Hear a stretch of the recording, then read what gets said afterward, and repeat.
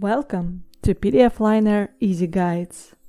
In this video, we are going to show you how to fill out Ontario Standard Lease Agreement using PDF Liner.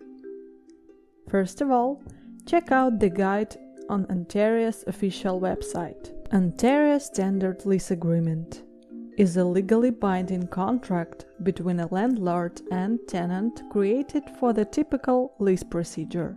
Follow the link in the description and open the fillable form by clicking the Fill this form button. Now that the editor is loaded, you can begin filling out your lease agreement.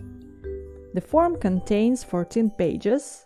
The first 7 pages are the agreement itself, and the last 7 pages are an appendix with general information about the lease rules. Start entering the personal information of both parties, such as landlord's legal name and all the tenants' names that are going to rent the property.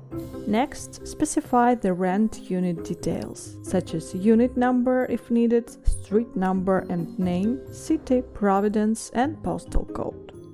Also specify how many parking spaces will be rented along with the property and their description. And check one of the boxes to indicate whether or not the property is a condominium. After that, move to the second page.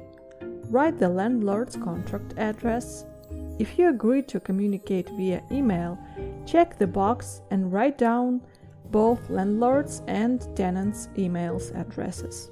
If the landlord agrees to provide contact information for emergencies and day-to-day communication, check the box and write the phone number and/or email address. Next, specify the terms of the lease.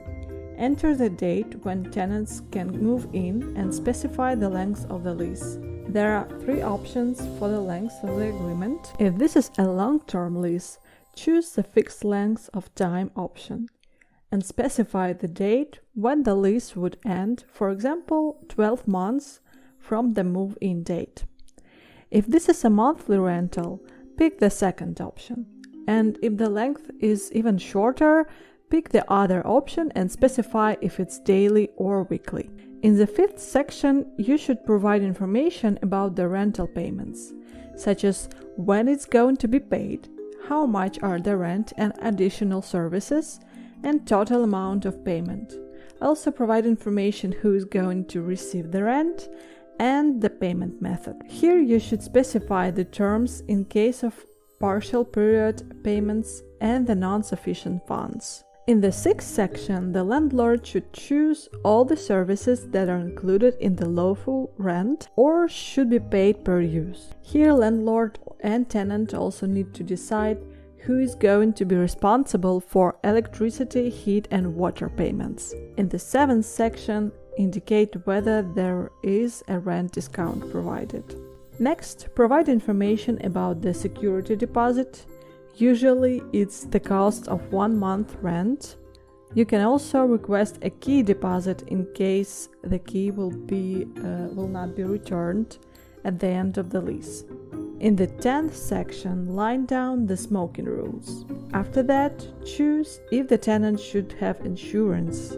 Move to the section 15 and specify if there are any additional terms and conditions that are not described in the standard lease.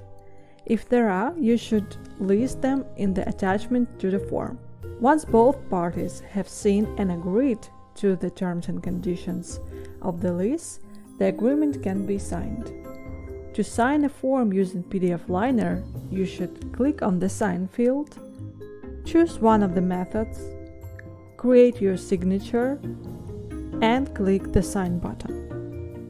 Once completed, carefully review the form and click one of these buttons to download, share, or save the progress.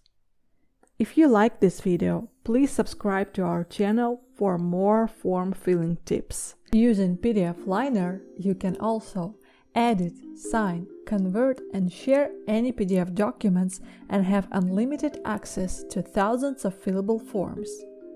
Learn more at pdfliner.com.